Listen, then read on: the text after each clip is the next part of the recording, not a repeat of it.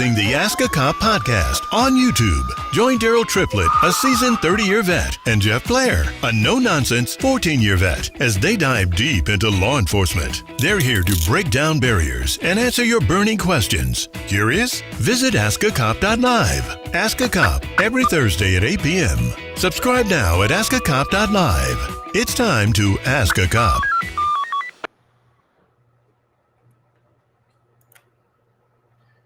Hello, ladies and gentlemen, once again. This is your boy, Daryl Triplett. I'm Jeff. That ain't how you say it. I'm Jeff. Boy, my name is Daryl Triplett. This is Jeff Blair. We're with Ask a Cop, where you get to call up and you get to ask a cop. This is our third episode. Number three.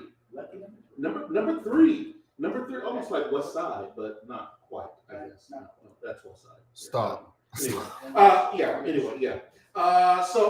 welcome to Ask a Cop, ladies and gentlemen. I'm your boy, like I said, Daryl Triplett. This is Jeff. And we're here to answer any questions that you may have that it pertains to law enforcement. Why do cops do such and such? Why do we talk in code? Why do we stand with our hands on our gun? Why do we huddle up? There's 50 million things that people may want to know why we do what we do. And so we decided to put this show together to address some of those issues and to hopefully get a clarification from cops to community of why we do what we do. So I know that a lot of times the unknown is what divides community cops, stuff like that, because cops are such a sort of a, I don't want to say a secret society, but it's definitely it's a mystery there with cops, for decades and decades and decades. And so it'd be sort of good to unravel and to communicate with you guys, our audience, our community, where we live at, where you live at, and get some of these things nailed down. And who better to do this than Jeff and Daryl? I mean, I don't think there's anybody else that's going to do it. Right. Yeah, it's just us at the end of the day. And I'll tell you something else is that, this show is a non-filtered show. So there's no politics really involved here. Well, not really, but there's no politics involved here. It's just straight shooting from the hip. You ask us a question, we're going to give you our honest opinion. So, may you hear cussing? Yeah. You're going to hear cussing. Yes. May you hear some vulgarities? Will there be some woofer involved? Will there be some woofer involved? Yes, there will be. Yes, there will be. But I promise you, we're going to answer all of your questions. And if we don't know the answer to them, we will find out and get back with you on them. So, you know how last week, we had a very good show last week. Mm-hmm. Matter of fact, it was so good, we went over by almost like 20, 30 minutes. Yeah, it was great questions, great audience participation. You guys really wanted to know a lot. And I was really, really, really pleased with that. So, but we can't do that all the time. We got to stick with 2 hours, folks. Yes, we got to stick with 2 hours. This is a professional produced show. Yeah, what is it? Cousins ain't running this thing. Pookie and Ray ain't in the background running this thing. We don't just wing it. But anyway, I appreciate you guys tuning in. And remember, as always, you can always call us at 770-727-1620. 770-727-1620. You can always call us. It's going to ring right here, and you're going to be on live with the whole world, and you will, whatever comes out, comes out. So just be prepared for that, and vice versa with us. So this is our episode 3, and I feel good about it. I think we're doing a wonderful job right now, and I love you guys out there for asking questions and supporting the show. So it feels like I'm doing all the talking here. Yeah, well, are you even here today? Yeah, I'm here. Oh, okay. I'm just bringing us in, so okay. Just let it roll. Yeah. So, how was your week? Yeah, it was pretty good. Yeah, it was pretty good. Been doing some getting some good rest. Yeah. Got the kids keeping me busy. Yeah. So yeah, this was good, man. Okay. What you been up to? Well, I've got this granddaughter who runs my house. I bet I heard it earlier. Yeah, so my granddaughter's here. So if y'all hear any bloody screaming in the background or anything like that, She's okay. she's perfectly fine. She didn't get tased. Right. It's probably somebody else in this house that has gotten the abuse done to them from her. She's a year and a half old and she literally runs this whole place here. Believe me when I tell you. But hey, let's jump right into it because I'm excited about this week's game in trivia. So you know how it goes.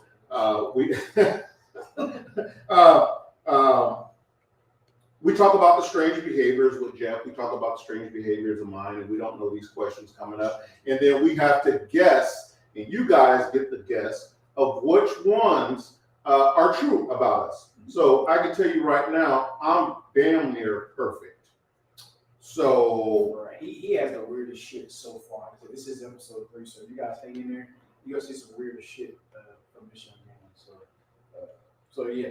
well, what might be weird to one may not be weird to all. You know, that is true. Yeah. There's people do weird shit. I mean, you know every what? day, all day. So you I know a guy.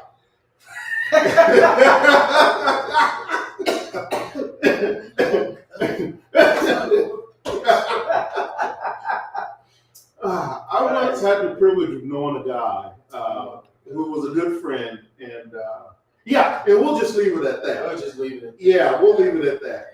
Son of a guns. Today's topic of the show is non-lethal weapons in policing.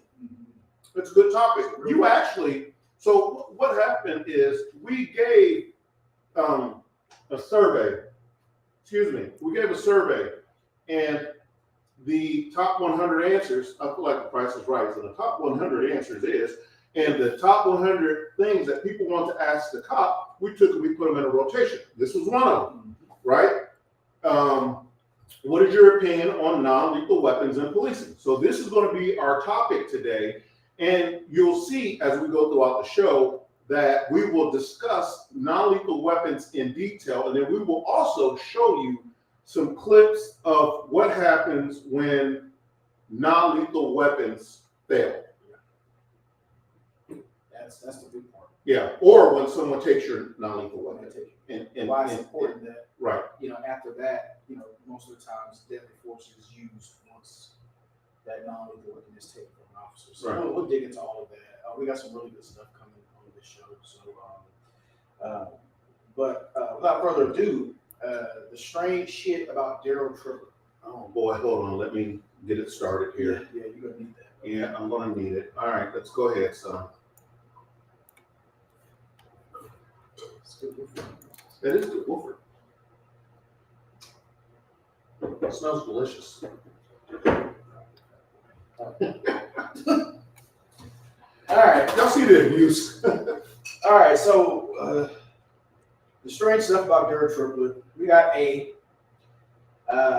has a collection of 100 socks, each meticulously organized by color and pattern. B, he would rather be maced than tased any day of the week. And C, likes to eat ice cream with hot sauce, claiming it enhances the flavor. That sounds like some weird shit he would do. But in the comments, tell us what you think. Tell us A, B, or C. I'll tell you right now, I don't know this one. Honestly, if there was D, all of the above section, I would think that one. But it's not. So in the comments, if you will, let us know A, B, C, or D. You want to read them again? One more time? Yeah. You gonna do it? All right. Yeah, go ahead. So it has a collection of 100 socks, meticulously organized by color and pattern. Mm-hmm. He would rather be maced than tased any day of the week. I don't know why I'm gonna do that. And then likes to eat ice cream with hot sauce because he says that it enhances the flavor. I think that's it. I mean, have you seen him? Have you seen him? Jesus Christ. John said, all of them sounds like something he would do. See, I told John, do you know John? John has to know. I'm trying to ask that only from another. All right, we want one more comment, then we're going to split it. Oh my God. Listen, people, do I look like I would meticulously organize my colored socks in a pattern? No. Do I look like I'd rather be maced than tased any day of the week? I don't know what that person looks like. Or do I look like I eat hot sauce on my ice cream? I got hot sauce in my bag, swag. Oh, probably C. Okay, probably C. I like to eat ice cream with hot sauce, claiming that it enhances the flavor. I'm on C. I think that's something to do. You think so? I can see you doing it. Okay. And then asking me to try it. I can see that. And then that's a big fail. But listen, first off, that could be a special recipe that could go viral, and I could be a billionaire overnight. Hot sauce on ice cream? Hot sauce and ice cream combo together. Yeah, there you go. Assholes falling out. Well, you know what? Toilet. But you know what? You know what? The ice cream would cool it off. Guys, this is the shit I have to deal with. And I'm not even on roof. Maybe I should. You know what? Jesus. All right, so which one is it? Because I'm torn. I'm going to say C. I'm with John on this one. I'm going with C. I really think that's something. God knows not A. Okay. And you have to be a dumbass to get to say, hey, I'd rather get sprayed in the face than tased. If you know anything about getting sprayed with mace, you already know. Listen, I don't want to be near it. I've been doing this for 12 years. I've never used mine. So if that's what this motherfucker is about to say, I would be very surprised. Well, what is it? Drum roll, please.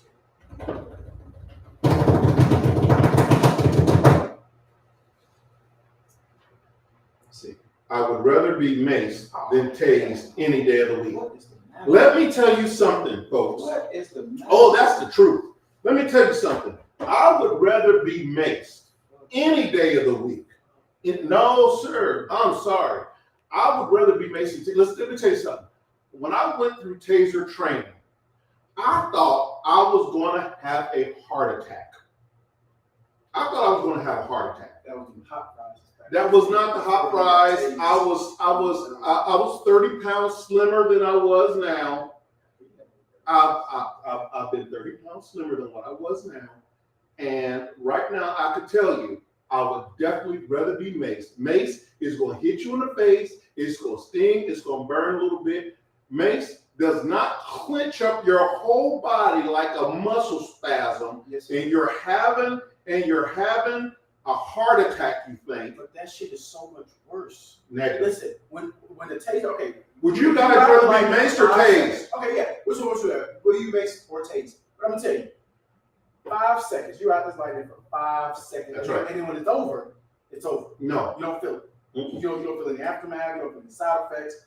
But when you get sprayed in the face with goddamn pepper spray, that son of a bitch rides with you for about 5 Let me tell you something. The way that my body is set up.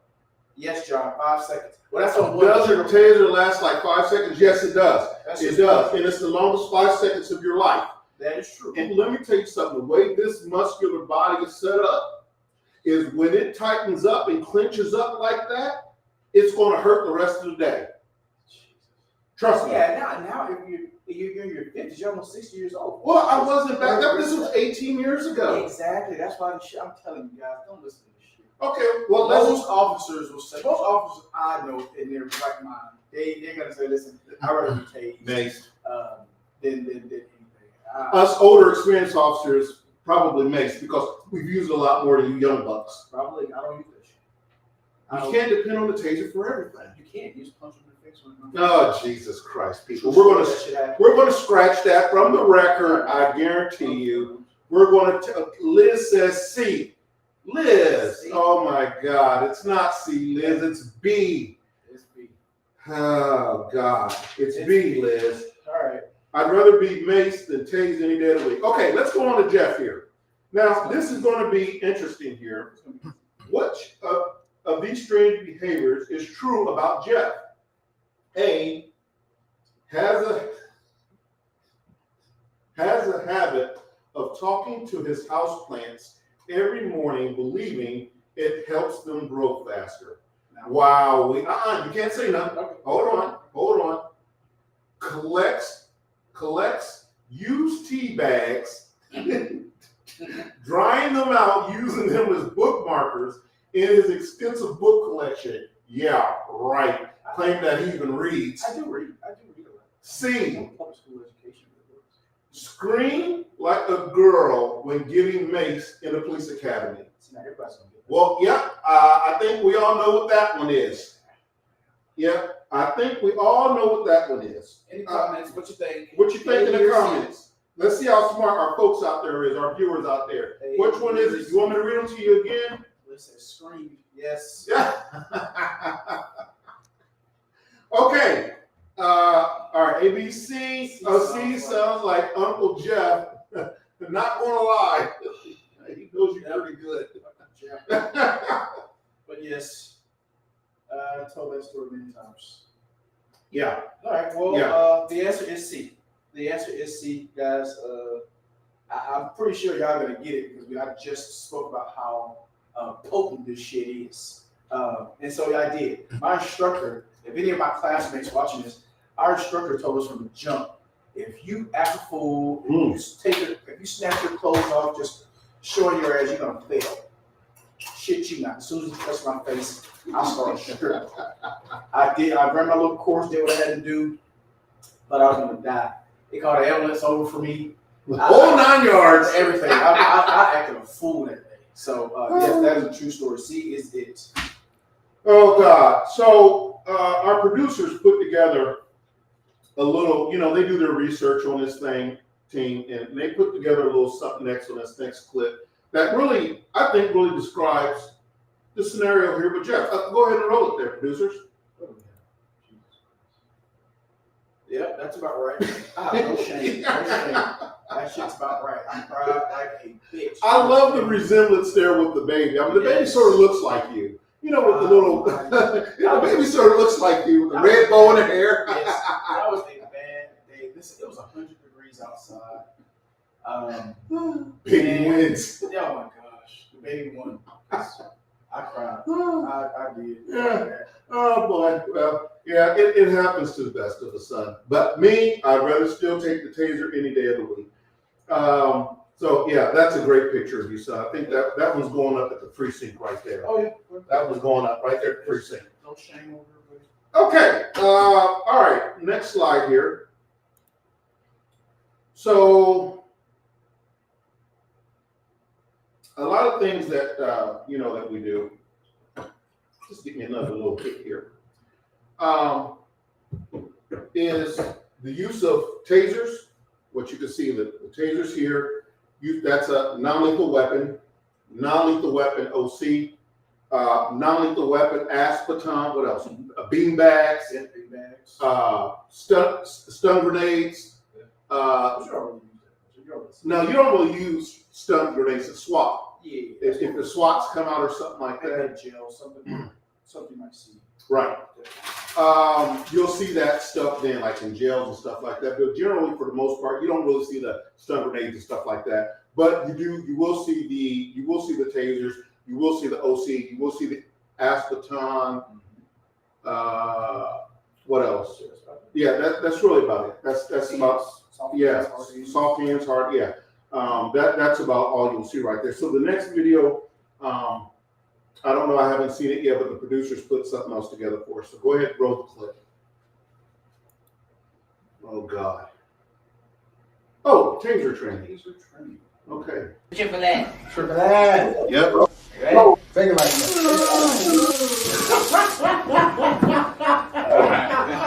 Don't call me. Your shit first.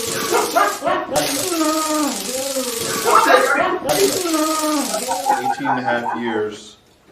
I never thought I needed a taser, but after that, I can really see what all the fuss is about. Oh, yeah.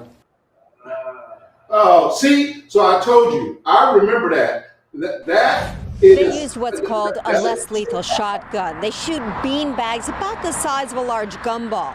Used correctly, they'll hurt, but they don't kill. Beanbag him! Bag him! Bag him! Body camera video shows Marietta police using a less lethal shotgun to take down this man, Zaki Kuntz. Police say Kuntz had just shoplifted from this store, True Prep. Grabbed a hatchet and an axe and had run out the store. Officer Jared Nudie saw the man walking down Cobb Parkway with the axe and hatchet and told him to put them down. After the second command, he dropped it down to a grip that would be better for actually using the axes. So at that point, I knew he wasn't going to comply. Other officers pulled up. Officer Brent Gunkel had a less lethal shotgun. The situation had the potential to escalate in a very violent manner. If the ability was there for us to use it, plan was to use it. Police said Kuntz was holding the axe and hatchet in an aggressive manner and was walking near this car dealership. There were people nearby. When Kuntz refused to comply with any of their orders, Officer Gunkel fired off 4 beanbag rounds. After the 4th round, the man dropped the axe and hatchet. Officers rushed in and cuffed him. This is what the beanbags look like. You're firing out of a shotgun a round with a charge. It's coming at you fast and furious. It's going to hurt when it lands. So hold on one second here. So this is exactly what non-lethal is. It doesn't say it don't hurt. It don't say it don't sting. It don't make you feel uncomfortable. Oh, the shit don't hurt. It's gonna hurt. It just won't kill you. It just won't kill you, right? It just won't kill you. Okay, go ahead with it. So this is look like some type of mace training or something. Oh boy.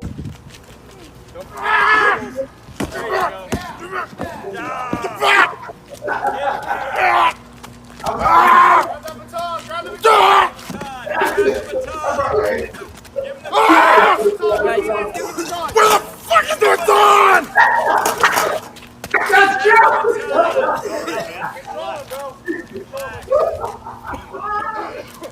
Get back! Get back!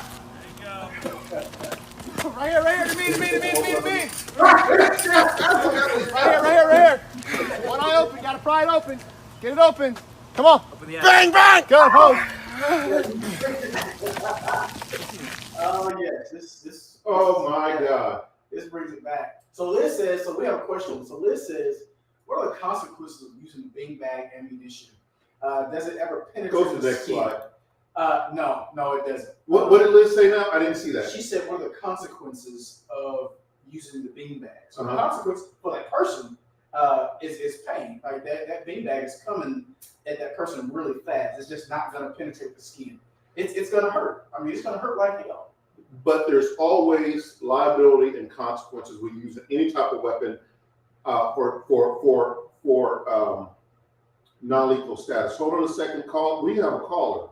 Hold on a second here. Ask the cop. This is Daryl and Jeff. How can we help you? Hello, good evening. Sorry, Officer Daryl Triplett. Hey, how are you? Wonderful. How are you? You're on live with us. I'm on live. You are on live. Yes, you are. Oh, that's excellent. Oh, I had a question for you here. I had it written down.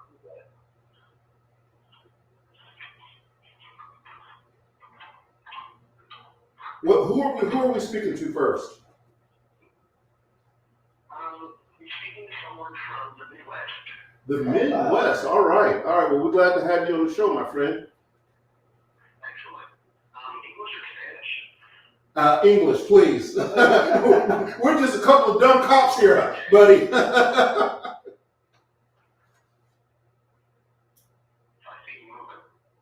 Okay, go right ahead. What happened? Yeah, we lost him. He'll call us back. If you're out there, my friend from the West, call us back. Midwest, call us back. We lost signal for some reason there. So we'll hop back to the video for just a second here. So on that video, what I was saying, anytime that you use any type of force, there's a consequence. One of the consequences is if that beanbag misses its intended target and hits something beyond.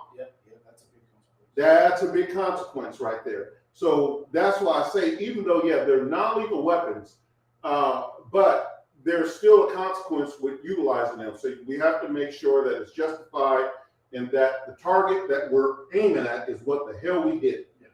Because if not, then you might as well get ready for your department to write a check to this individual, whoever it is that you hit, and that's what on a Sunday morning drive. And that's what all the less lethal, the taser. If your intention is to hit, your suspect, you got to make sure that you're on the suspect. Same thing with LC. You can't just spray it anywhere, right? Like you have to use it. You have to use it wisely. Let's say you're in a closed area and there's grandma and some kids in there, and you spray this guy. Everybody's gonna get it. So do we really want to use it in that capacity? Right. The answer is probably not. So those are the consequences. Hospital ventilation systems, stuff like that. There's a lot of things that you have to take in mind when you're using your less than lethal force, because sometimes. Oh, also one of the things with the mace is using the mace in combination with the electrical device. Yes. And you could set someone on fire. Yeah, you couldn't do that. Now these, like the newer ones that we have, the technology prevents that, but it's still a possibility. So that's one thing. You roll up to on the scene and the guy's already been pepper sprayed. Well, we probably will know that when we get there. Mm-hmm. So we're not going to use the taser unless we just really have to. Like this guy's really showing his ass, we really have to use it. Then we have to use it. But we definitely try not to use both if we can help it. Right. Okay. Next slide. Let's see what we got here next. Coming up. I can't blame nothing on her. It was my decision. Hold on. Oh, yeah, on this video here, we want to warn you. You seen it's a graphic video coming up here. It's a video that's nationwide known, but we chose it as a talking point because it sort of echoes what we talked about last week about politics and policing, when politics come in with it. And then it also comes in with the use of non-lethal weapons and what happens when it goes wrong. This is a call that an officer went on here in Atlanta at a Wendy's, where a guy was drunk behind the wheel. They got him out the car. That's his white car behind him. And go ahead and roll the tape, and we won't interrupt because I want you to listen carefully to what the officers say and what the suspect says also. So we will not interrupt on this one because this is rather disturbing. Go ahead. If she can't get her order together, and I'm not feeling uptight right now, I should just park right here. Go to sleep. I'm not feeling, I'm just not feeling right. What do you mean you're not feeling right? Like I said, do you think maybe that you had too much to drink and you realized that you shouldn't drive, so you parked? I mean, would that be accurate to say? Yes, sir. Mr. Ruff, yes. All right, Mike, just take a deep breath in, put your mouth over the mouthpiece, blow as hard as you can until I tell you to stop. Blah, blah, blah, blah, blah, blah, blah, blah, blah, blah, stop. Very good. You've had too much to drink to be driving. Put your hands behind your back for me. Here, put your hands behind your back.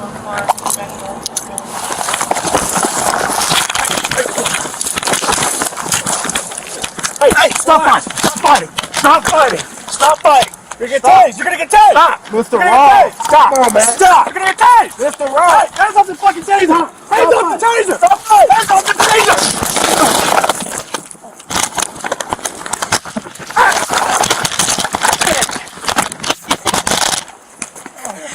Stop fighting! You got my fucking taser!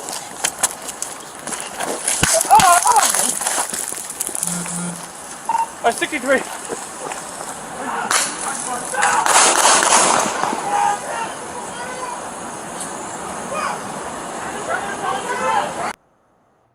Okay, go on to the next slide, to the next camera shot. Okay, so you could see that was a very, very, very dramatic video there. That was from the officer's body camera there. And it shows the on-duty shooting of Ray Sharp Brooks, everybody knows. So while we let that sink in a little bit, we have a caller on the line that called in. So we're going to bring the caller on, and then we'll take up the video from there, okay? So, okay. Caller, you're on the line with Daryl and Jeff, who we had the pleasure of speaking with, and where are you calling from? Yes, can you hear me? Yes, I can hear you.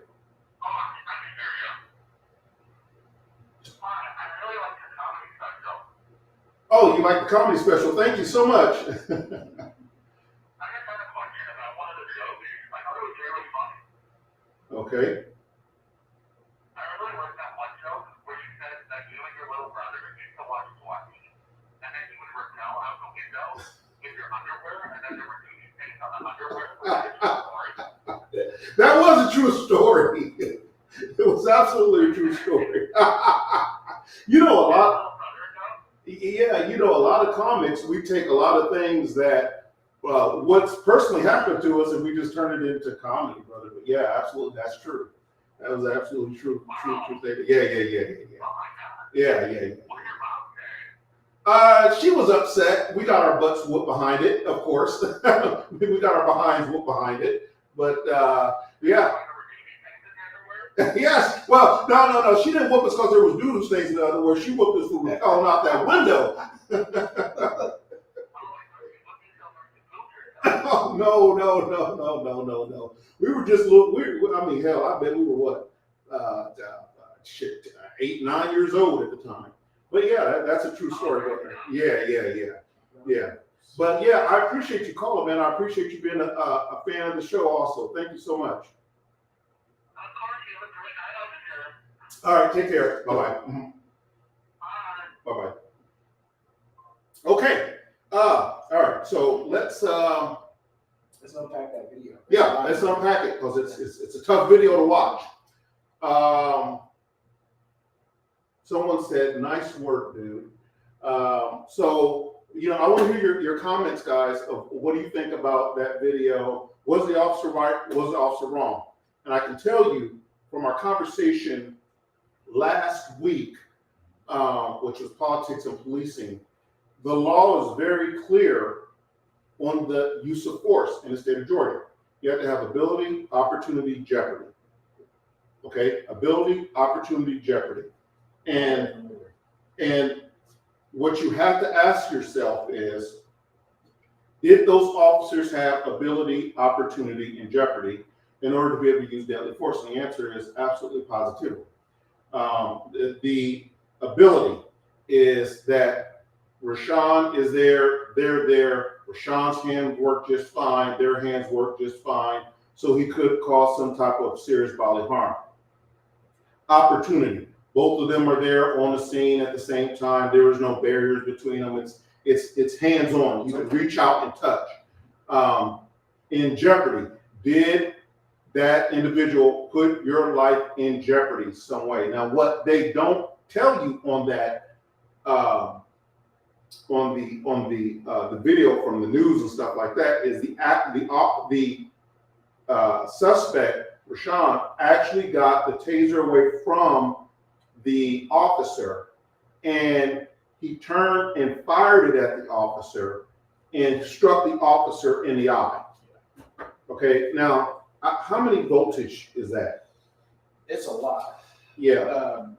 And I think one of the biggest reasons, I'm gonna look for here. I know it's in my paperwork somewhere here. Mm-hmm. But one of the biggest reasons why that became so controversial, and we're talking about this less lethal, is because that taser could have and would have incapacitated that officer, leaving him completely helpless.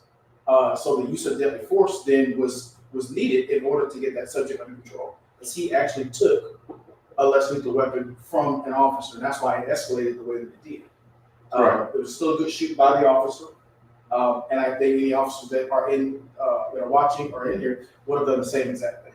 Yeah, that's well. And I'll just tell you, to play devil's advocate, is what the prosecuting attorney or the DA at the time, Paul Howard, said was that you guys have ruled tasers as a non-lethal weapon. Therefore, if it's taken and used against the officer, you should not be able to use deadly force, which, of course, was the stupidest shit I've ever heard in my life. Right there, okay? Because here's the thing: is that at any given time, if I'm trying to tase someone and that taser pump accidentally hits someone in the face or the eyeball or something like that, and you got, I don't know how many thousands of volts of electricity running through your eyeball, that could easily kill you.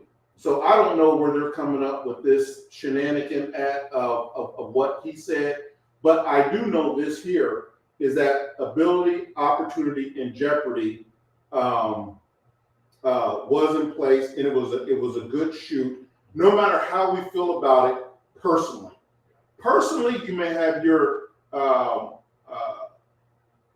good one, guys. Thank you.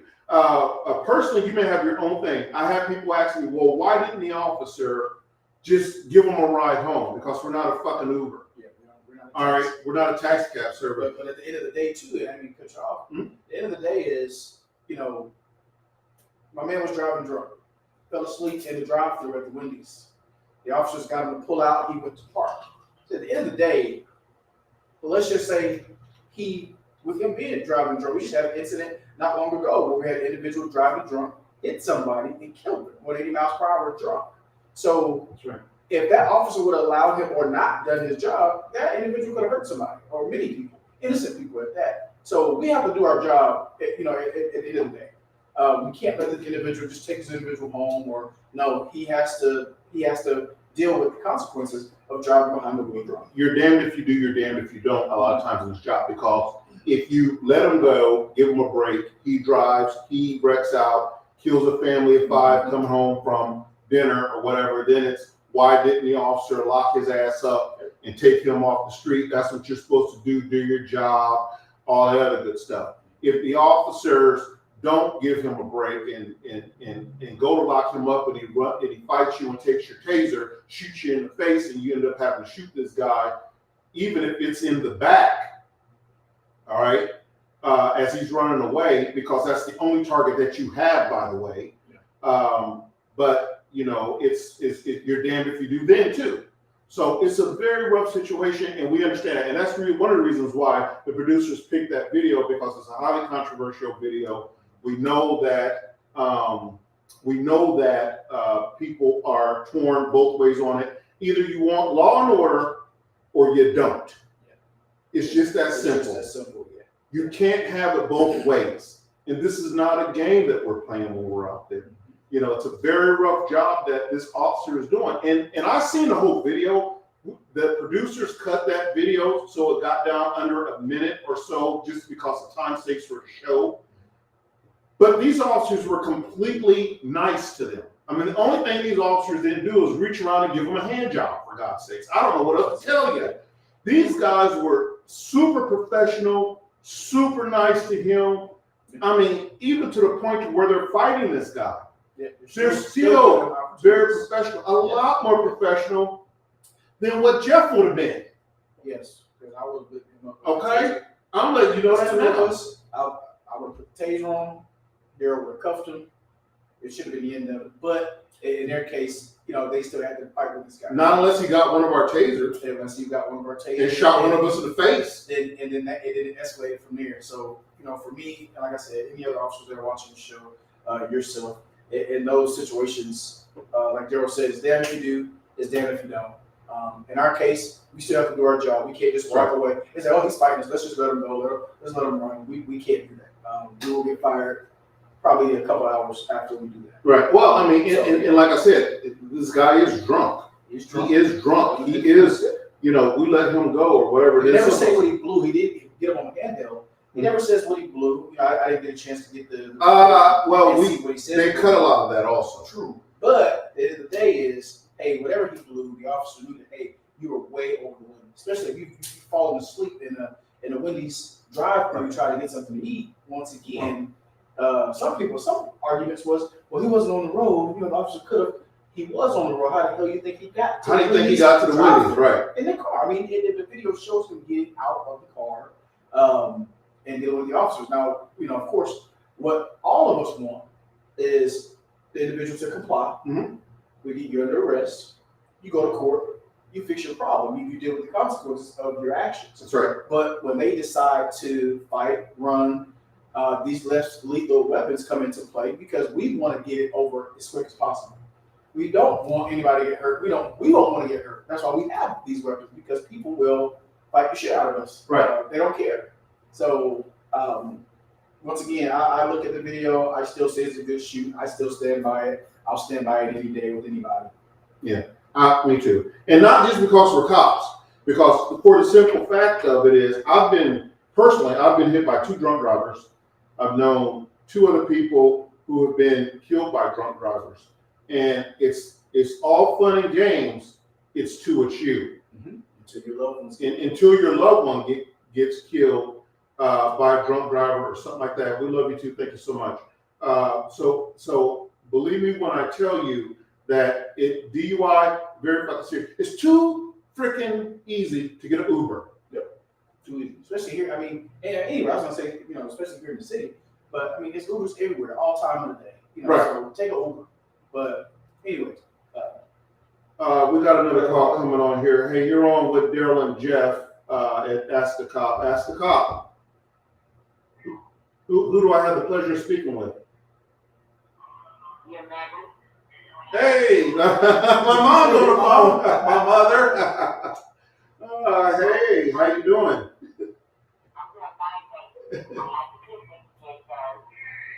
What do you think?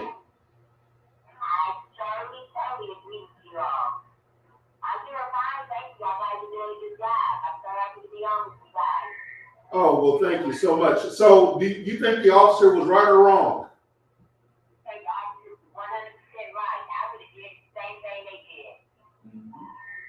Why do you say that?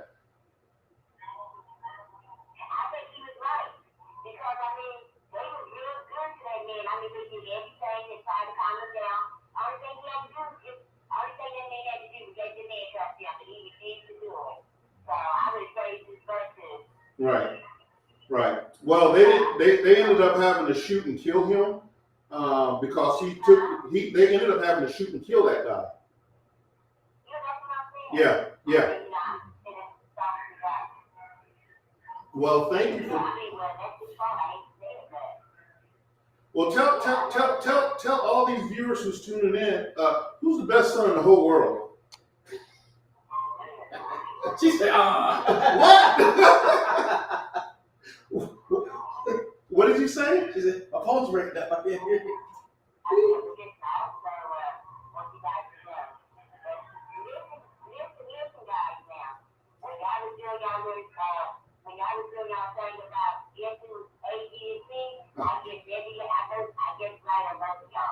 Oh, you did?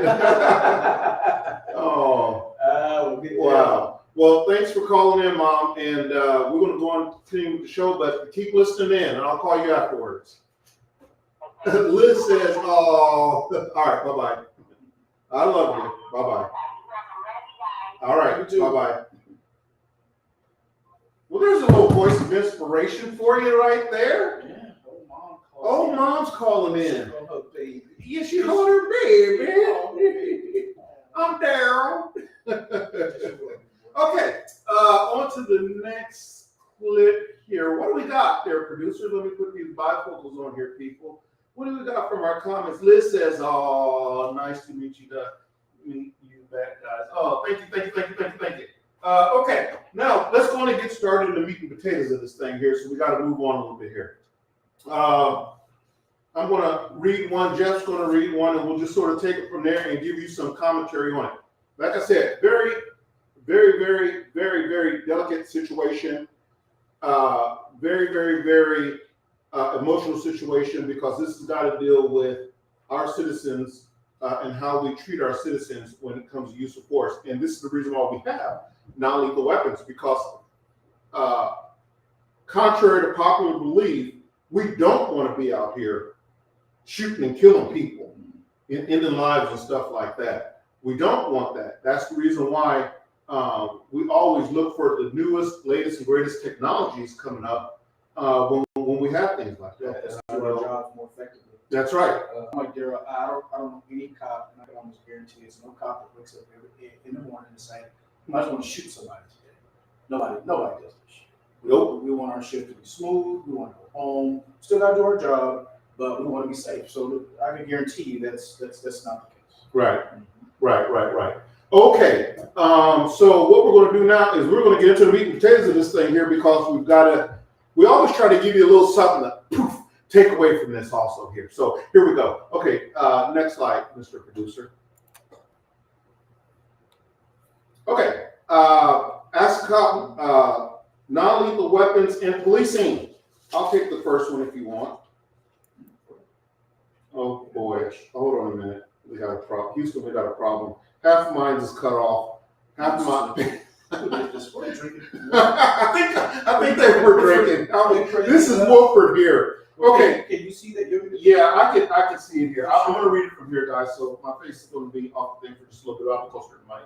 Okay. The definitions of non-lethal weapons. The legal description is a device or devices designed to incapacitate individuals without causing fatal injury. A brief history and evolution.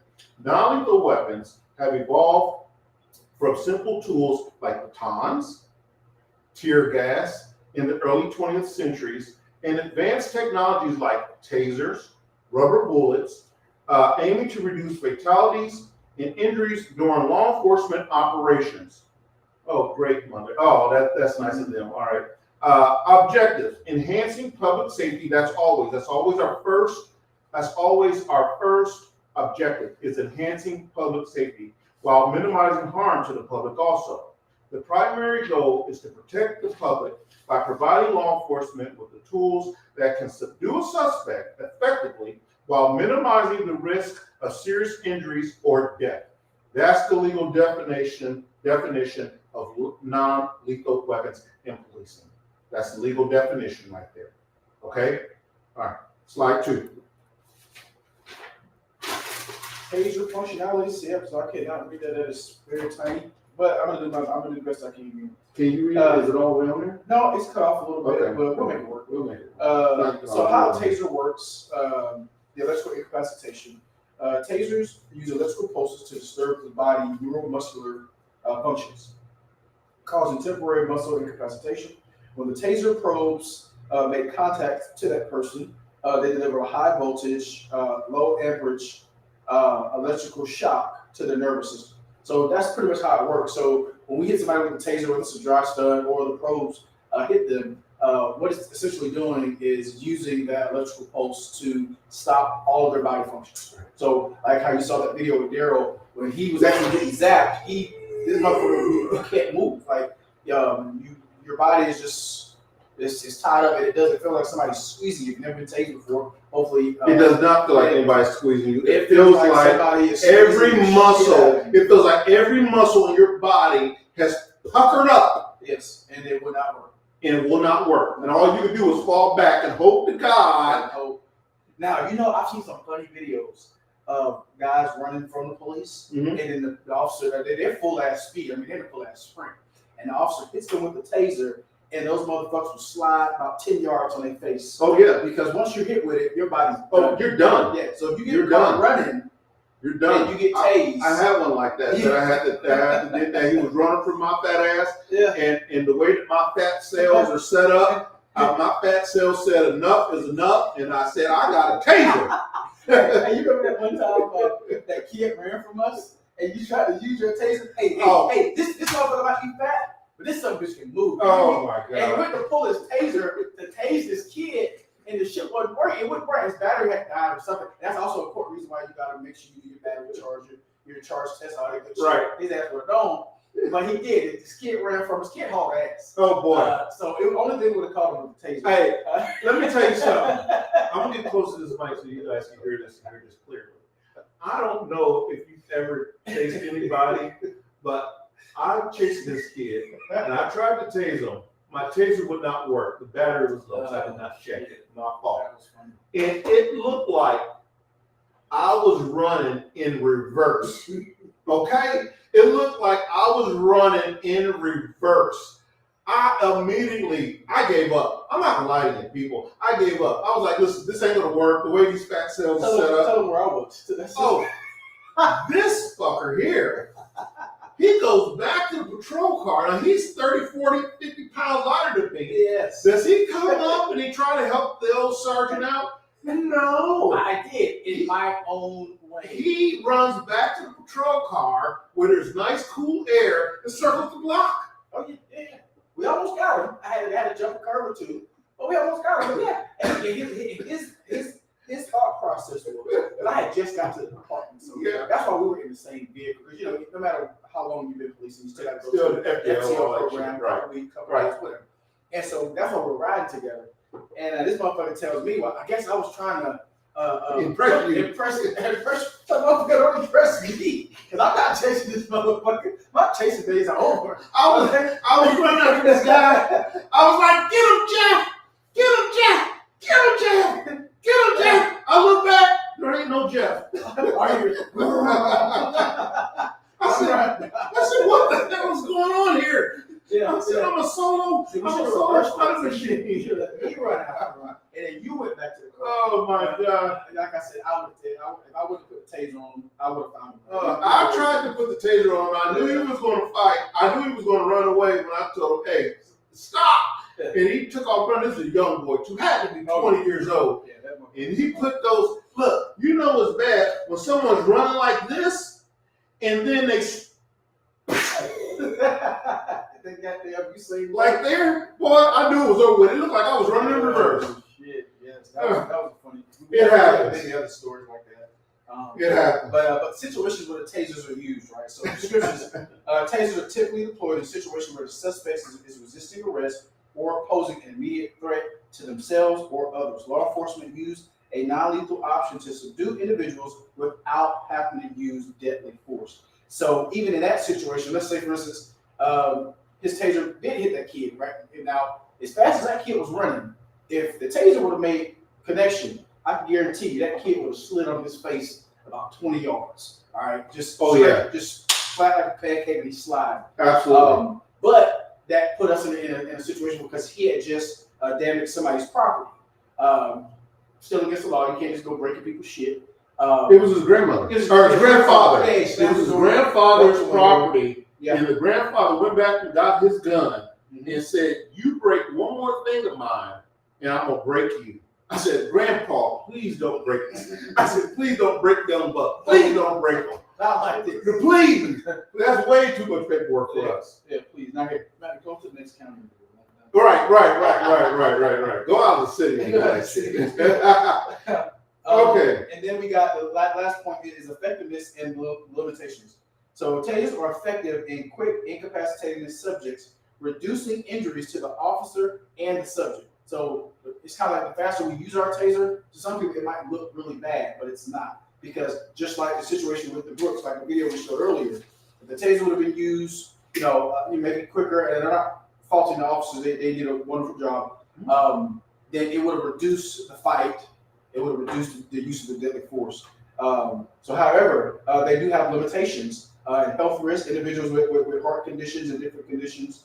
And as an officer, you do, sometimes the taser doesn't work. There was a situation that I was in one time where I went to use the taser. It didn't, but by that time it malfunctioned.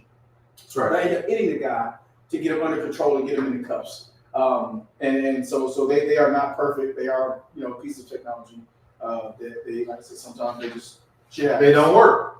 And you got to have a backup plan with it. Okay, I'll take next one. Pepper spray. Pepper spray, OC, mace. Yeah, pepper spray, OC, mace is all the same. The mechanism and uses of it.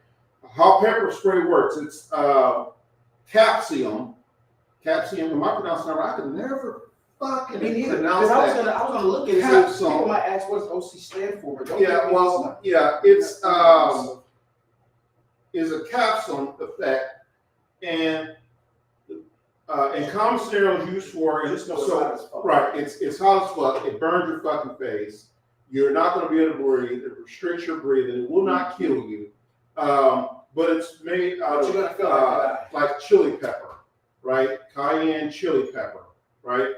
And the common scenarios for the use of it would be someone that is resisting arrest, not complying with what you're saying, passive resisting, someone that may, have some type of weapon, not rolling down their window in a vehicle, stuff like that. Of course, you got to be careful because if they take off on you while they're OC, then that could be some type of liability on you. Yes. Because when we do use it, that's a good point. When we use this shit on people, they're in our care, so we do have to get it off of them.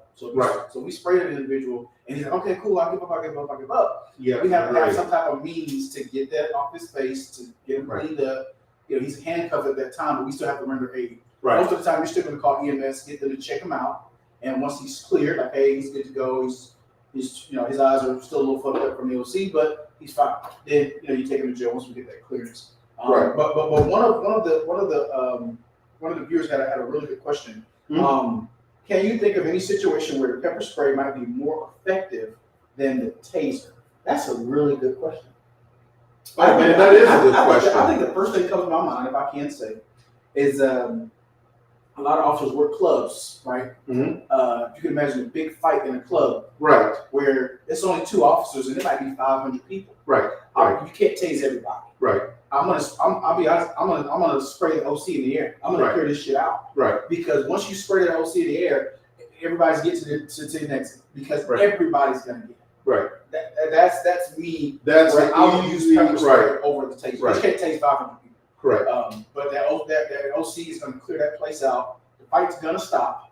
And people are gonna disperse from whatever they're doing. So the benefits and the potential drawbacks. So that's another good one. The benefits of it is immediate. Sometimes the OC or the mace doesn't affect everybody the same. It does not. It does not. I've hit some people off. Right. Some people I've sprayed before and it has no effect on them. Other people I've sprayed and they've gone right to the ground and given up. Right.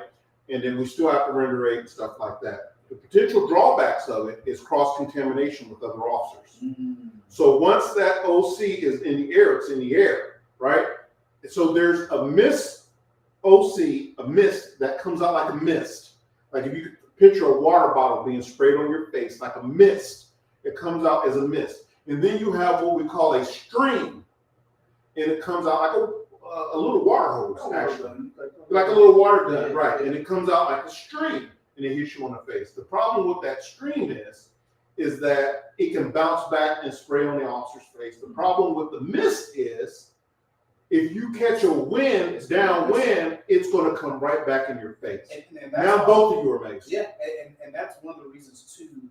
A lot of people ask me, like, what's the point of them macing us? And the reason why they mace us, they spray us in academy, is for the reason for us to be able to know how it feels. That's right. Because if me and him fighting somebody and he sprays it, it's gonna get on one of us. Right. One of us is gonna get it to the face, but we still have to fight this individual that we're dealing with. Now we know how that shit's gonna feel. If you noticed in the video where the guy was spraying, he was like really losing his shit. Once we get sprayed, we have to run through this.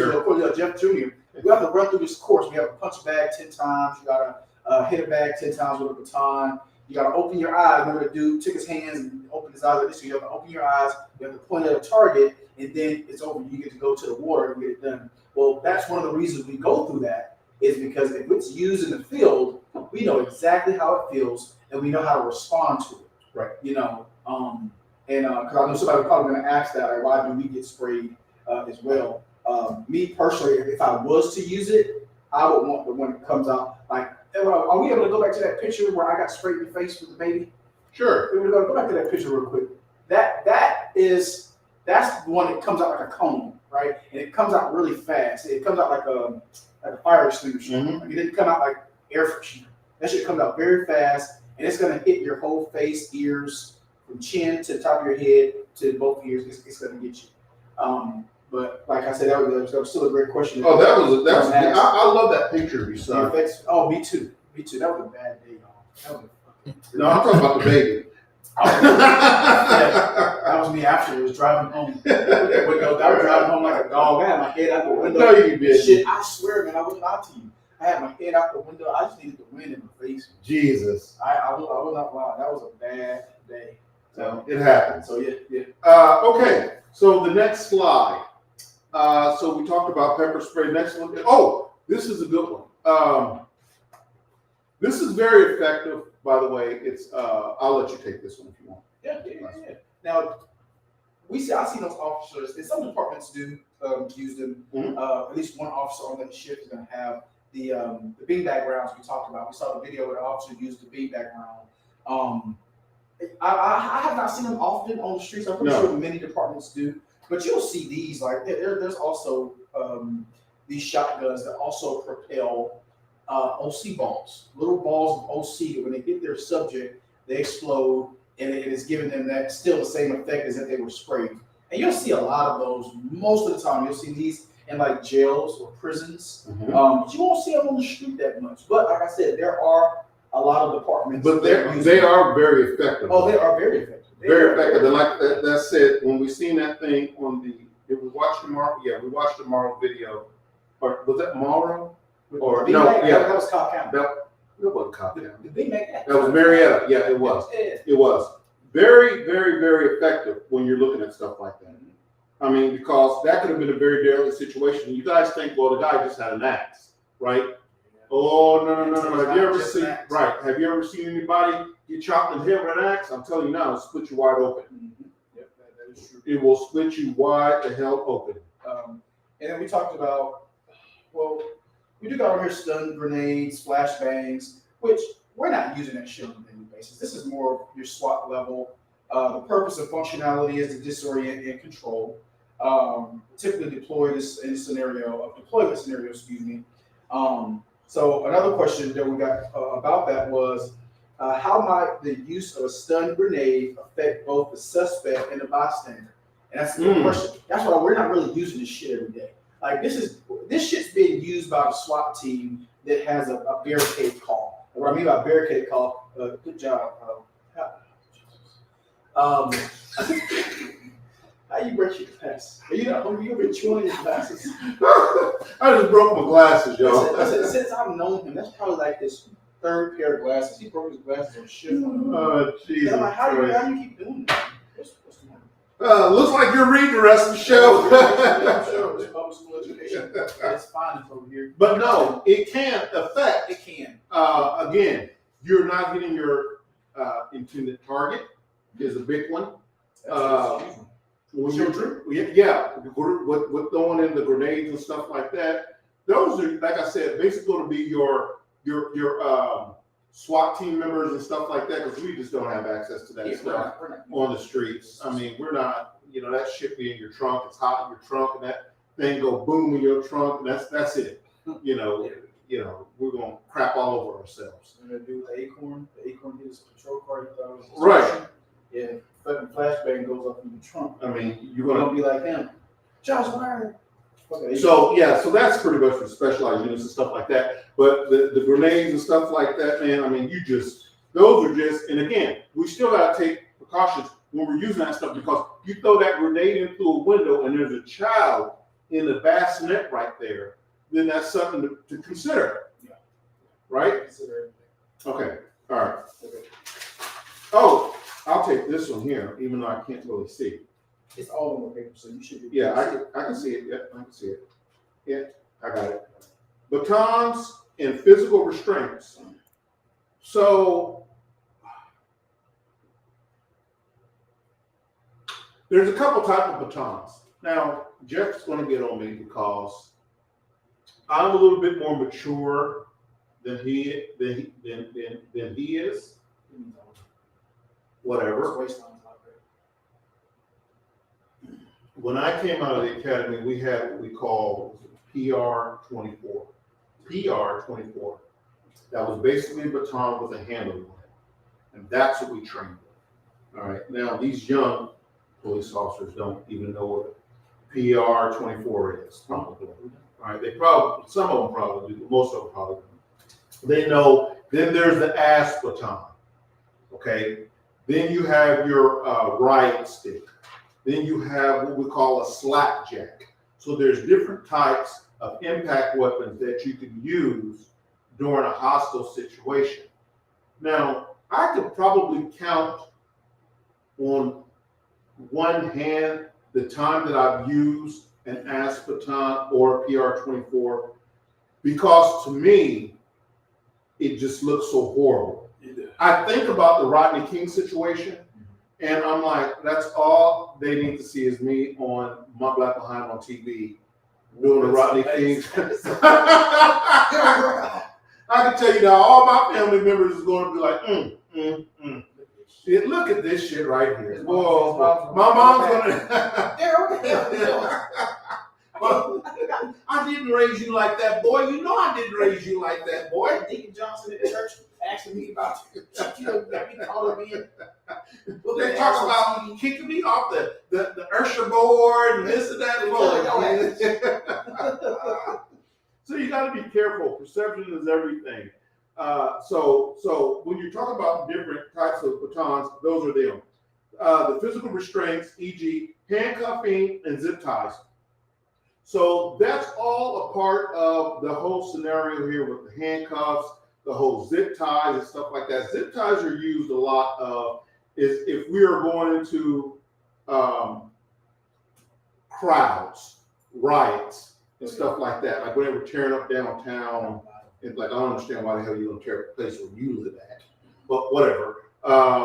When they're tearing up stuff like that, and you may have multiple suspects that you have to detain at one time, then the zip ties and stuff like that come into play with that stuff right there. With the handcuffs, of course, everybody. There's only two types of people in this world: people that have not been in handcuffs and people that will be in handcuffs. So, some point in your life, know that there may be a good chance that you may be in someone's handcuffs at some given time. That doesn't mean you're guilty. That doesn't mean you're going to jail for forever. It just means that that officer has no probable cause to detain you into or arrest you at that time. Okay?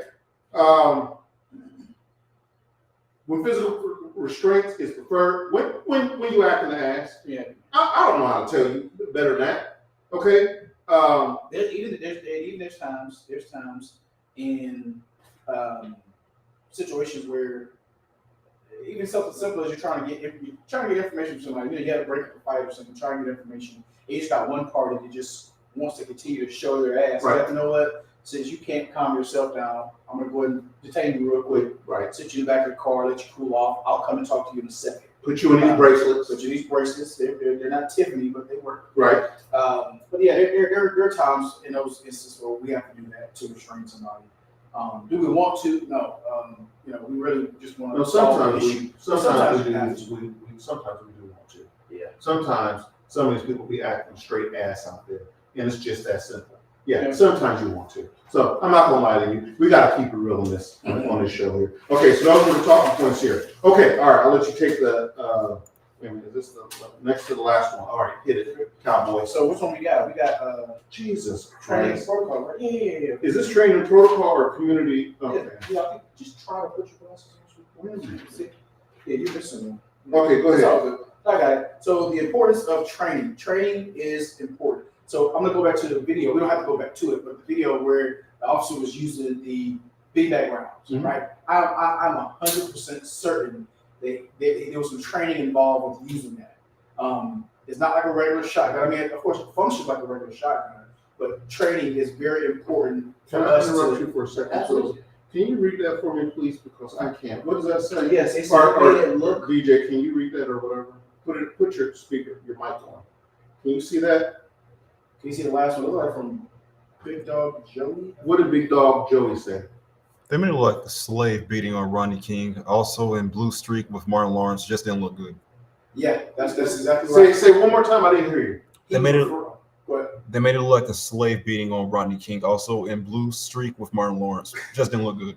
Yeah, it didn't look good. Right. No, I agree with you 100%, bro. It did not look good at all, and that's why I say I was very hesitant, even when I had the PR-24, to use it because that is a very brutal weapon right there. You really got to put it to work with that thing, and not unless it's a life or death situation, but even if it's a life or death situation, you're not using the damn ass. Right, you're not using acetone anyway. And then once something happens, once you pull that out, man, as soon as you get to an altercation, everybody in their pull out those cell phones. Pulling out that cell phone. I had a 3-year-old record me one time. I happened to a 3-year-old. He had to be like 3 or 4. I got into an altercation at one of my extra jobs, and I turned around and got them kid record me. Motherfucker was like this tall. Had to be like 3 or 4. I'm like, damn, he's like, fuck Mario. I gotta record this officer. This dumbass officer right here. Let me record this officer. And I'm walking by this little motherfucker. I want to slap that phone. Get the fuck I would have kicked that camera out of his face. Get out of here, kid. You beat it. I've hit a kid. I've hit a kid before. But anyway, also scenario-based training. We do have scenario-based training, even when it comes to using deadly force, when to use deadly force and when not to use deadly force. So another question that we have here is how critical is training in assuring the effective and safe use of non-lethal weapons? And I think that's what we're talking about here. Absolutely. Hands down, the shit's needed. When we get our tasers, we have to go through taser training. We have to go through how to use it, how to do our daily charges, same thing with OC, how to use it, everything. And we have to recertify with that once a year. You don't have to get tased once a year, because I would never have a taser. We have to get. No, it's not. No. Once every 2 years. Sorry, once every 2 years. Is it once every 2 years? Okay, yeah. So yeah, they're real big on the training with us and stuff like that. Yeah. So okay, so community perspectives on non-lethal weapons. So I can take that one here because I think you just take that one. It's small beer. Okay. Well, go ahead. Well, I know the general concept of it because I'm much smarter than you. Yes. So the community perspective. So in law enforcement, we're always concerned with the community thinks. For example, we just had an officer-involved shooting last night with Morrow PD, and I've got a lot of good buddies over at Morrow PD.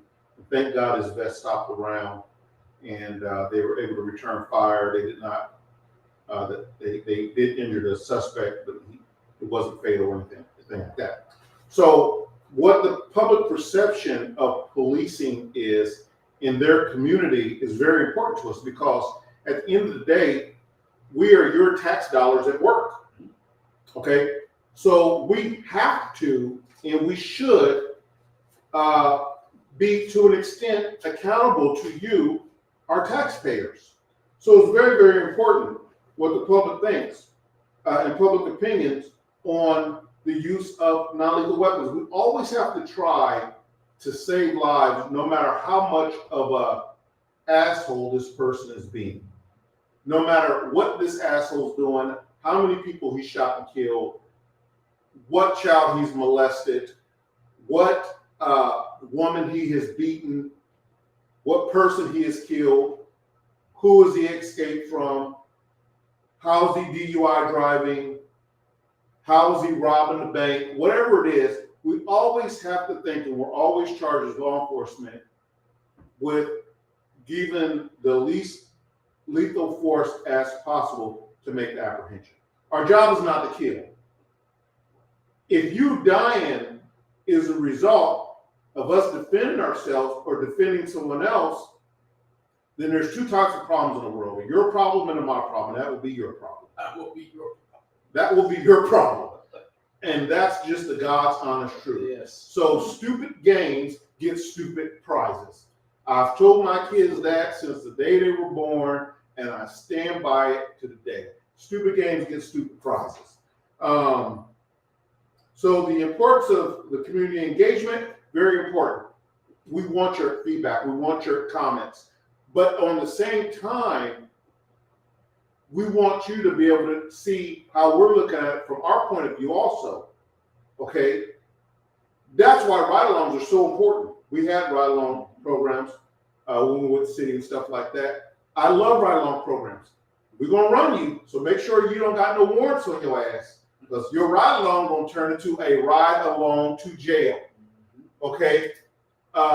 So we love ride-along programs and stuff like that. In order to sit on these boards, I think that you should have to complete a certain amount of ride-along programs, because then you see exactly what the officer has to go through. So those are some of the main talking points when it comes to the community involvement with the use of non-lethal weapons and stuff like that. So Liz had a really good question. Okay. She said, when can we discuss the use or misuse of lethal force? Oh, that's a good one. That's a good one. Even though we're talking about non-lethal force, this one, but I'm pretty sure we're going to have an episode of lethal force. What did she say again? She's asking when can we discuss the use or misuse of lethal force? Oh wow, that's a good one, Liz. I want y'all to come home at the end of the day. Right. So yes, so I think that's a really good question. And of course, I mean, just the topic, just the fabric of our job is there are times where we're going to have to use lethal or deadly force. But I'm almost certain we're going to have an episode on just that. Yeah. But you know, I'm not going to lie to you. Cops, firemen, public servants, we're just human. Yeah. Big Dog Joe, he also said that's right. Cops want to go home too at the end of the day, and that is exactly true. You know, our goal is to get home, diffuse the situation as fast and as safely as possible, so that we can go home. And I'll tell you now, if I don't come home, my wife will kill me. Yeah. I'll tell you that right now. She will flat ass just wake me back up and kill me all over again if I don't come back home. Bring your ass home. Bills need to be paid. So I hope you guys really enjoy what Jeff and I are trying to do, trying to reach out and extend our hand in friendship and love to you guys. Although we do it, we're usually smoking a stick and we're having a little drink or something like that. It's all fun and games. But nothing that we've seen today, as far as video-wise, stresses us worse than what we've seen. Because, thank you guys so much. The last thing we want to do is use any type of lethal force on anybody or anything like that. But it's important to understand that there are a lot of bad guys out here. And there are a lot of great cops out here who's doing a job that's always trying to knock you down. And we have a lot of wonderful, wonderful women and men in blue and brown for sheriff's office, in black in some case too, that are out here trying to do the job, trying to enforce the law.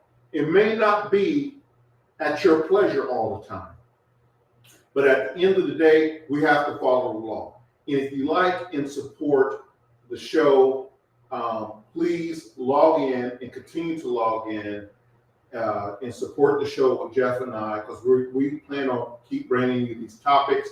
Because if we could save one life or one fatality from happening with the use of officer-involved encounters, of how you may react when stopped by an officer and engaging with an officer from the show or something like that, then our goal is met.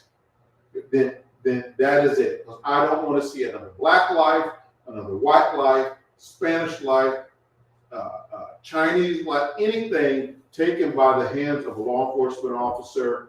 But on the flip side of that, you got to meet us halfway too. Put those guns down, put those weapons down, comply with the officers, listen to what the officers say. And so, you know, if you like and support the show, we have a new design coming out that I'm really excited about. And if you could bring up the new design, we have a t-shirt that's coming out. Yeah, which I really, really like. I thought that was so super cool when they had when they showed us the t-shirt and stuff like that. It is, I'm sorry, I'm putting my broken glasses on here. It's $28.98 for the shirt. $28.98. Come on, guys. It's to support the show. All right. It's $28.98. Y'all spend that at the strip club. No, strip club, parking. Okay, it's $30. It's $30 to park at the strip club. Yeah, just act like you're going to go see some titties or something. I don't know what to tell you, but we're asking for everybody to support the show, get a t-shirt, because this stuff is not free. We have a whole setup here that we try to pay people to do research on it and support the show and stuff like that. So if you support the show evenly split, grab you one of those t-shirts that's going to be coming. It's going to be on the website, www.askacoplive.com. Yeah, that's right. Ask a Cop Live. All right. So support the show. All right. Going to the next. What the world is going on here? Go ahead. We got one more slide. Mm-hmm. All right. Go ahead.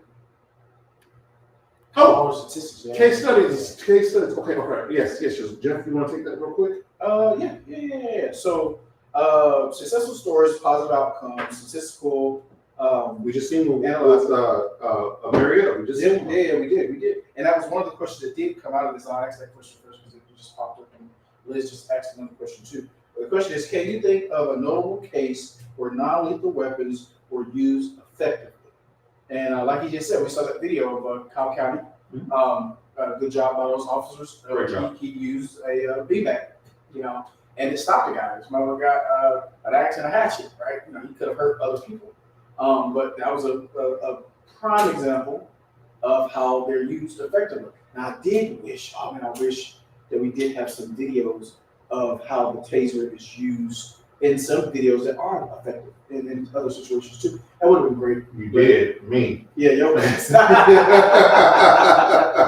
But I wanted them to see, actually see, somebody. I remember one time, I was on TikTok, I believe there was a video of what I mentioned earlier about the guy was running from the officer. And he just put the probes on his ass, and my man slid from one end of the car to the next end on his face. And I love it. Yeah. I love it. Liz says, much respect to those officers who place their own safety and security on the line. As they say, the most dangerous place to be is in a person's mid. I don't know if that got cut off. Can you see that, producer over there? What is she saying? What was that bottom part say? Cut your mic on and tell what to say. No, y'all got it right. There is a period. It's a misspelling. Okay. I'm just reading what it says. Much respect to the officers who place their own safety and security on the line. As they say, the most dangerous place to be is in a person's mind. Absolutely, yes. Yeah. And Liz is a big supporter of the show. Oh, she is. She's and thank you, Liz, so much. We love you. So we love everybody chiming in here and stuff like that. And we're growing. More people are getting to know us. We're getting to know you and stuff like that. We're starting to get calls now. So, hey, don't be scared of me and Jeff. Just call. We can't take you through the phone. Right. I would. I wanted to tell you something. So one thing we're going to interject on the next show is that if you call up here with BS, this is what you're going to see. Okay? Get ready to hit it. All right? When you call up here and I call, this is a 5-second full of shit. This is what you're going to hear. This is what you're going to hear in 3, 2, 1.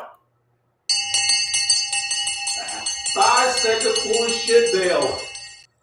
Oh, shit. That's what you're going to hear. But so far, we have gotten some very positive, and once again, guys, even if some of the questions, because we're going to get a lot of controversial questions, some of the questions on here, we had so many of them, we weren't able to answer them all, but sometimes we do get controversial questions, and feel free to ask. I mean, it's still something that you want to know, and it's something we want to talk about with you as well. So, so far, we've had some good people calling in about the jokes, and we had the one guy that got cut off. He never called back. He did call back. He was the one that was asked about the doodle things in our shorts when we were younger. Yeah. Not we. Well, no, not we. Yeah. It was totally me. But yeah, we've got some good calls. So I think we're gonna use that bullshit bell a little bit more often. Yeah, we'll probably. I'm pretty sure as we continue to grow, continue to move, people are gonna, they're gonna call and say, hey, Right. And it's okay to disagree with us. Just want to let you know, it's okay to disagree with us. This is what the open line of communication is for, people. But again, this came up on our time here. We've been on now for a little bit, and I hate getting off with you guys. And I want you guys to like and subscribe and share the channel. This is so important, guys. Like and subscribe, share the channel. Also, one thing I do want to hear more of. I want more. If you're watching, I want more law enforcement officers to call. Oh yeah. I want to get your opinion on stuff. I want to hear some of y'all stories. Absolutely. Some of the shit that you've been through based on the topic that we're talking about. Right. So please, don't hesitate to call it out. We want to hear those stories. And also, email us at info@askacop.live.